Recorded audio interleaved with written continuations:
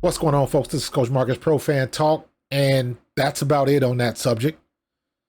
Haason Reddick is not coming back. Per Ian Rappaport, they have to wait at least 2 years before they can trade him back to the team. Based on, I guess, the rules, no take backsies.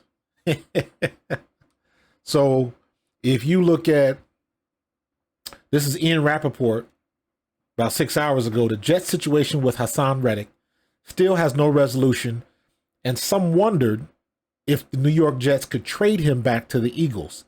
Turns out, per NFL rules, not possible. Teams can't trade a player, then reacquire him via trade until 2 years elapse. Reddick won't be headed back to Philly.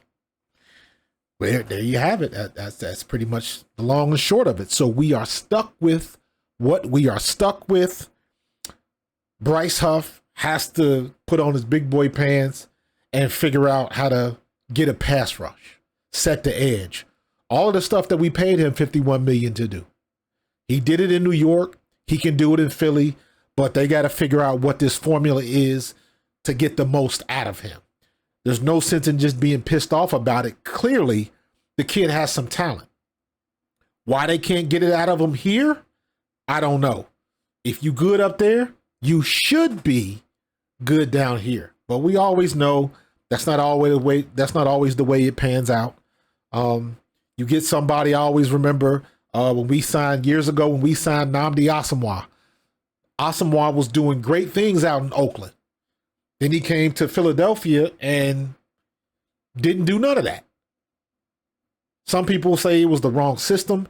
He was the wrong kind of cornerback for what we needed. There's some truth to that.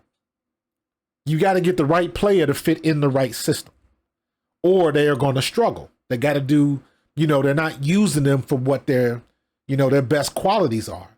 I can definitely see that.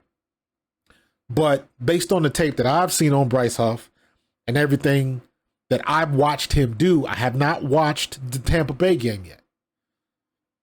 But the first couple of games that I saw of him, it was not good.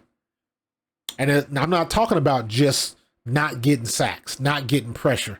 Just his overall level of play just did not look up to snuff at all. If he would have played like that in the camp, he probably would have got cut. Let me say it like that. But he got his money. We stuck with it. So it's up to the coaches to do what we pay the coaches to do.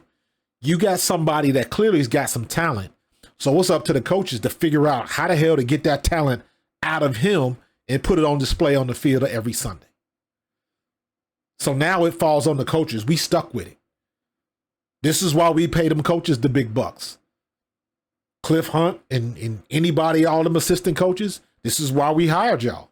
Get the most out of the talent that you got in the locker room. Here you go.